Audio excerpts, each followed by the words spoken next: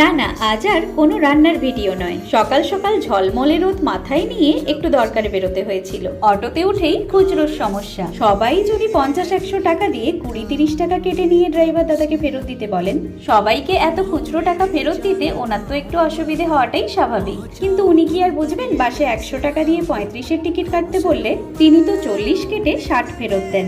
কিছু বললেই আবার শুনিয়ে দেন অনেক দিন থেকেই ভাড়া বেড়ে গেছে। তবে আজ বাসে একদম উল্টো ব্যাপারটা ঘটলো। দুটি ছেলে, ওই বয়স 10-12 বছর হবে, 100 টাকা দিয়ে দুটো 15 টাকা কাটতে বললো। উল্টে কন্ডাক্টর দাদা হাসতে হাসতে পুরো 100 টাকাটাই ওদের হাতে দিয়ে বললেন, নে নে তোরা এই ভাড়ার টাকায় কিছু একটা কিনে খেয়ে নিস, তোদের থেকে আর কি ভাড়া নেব।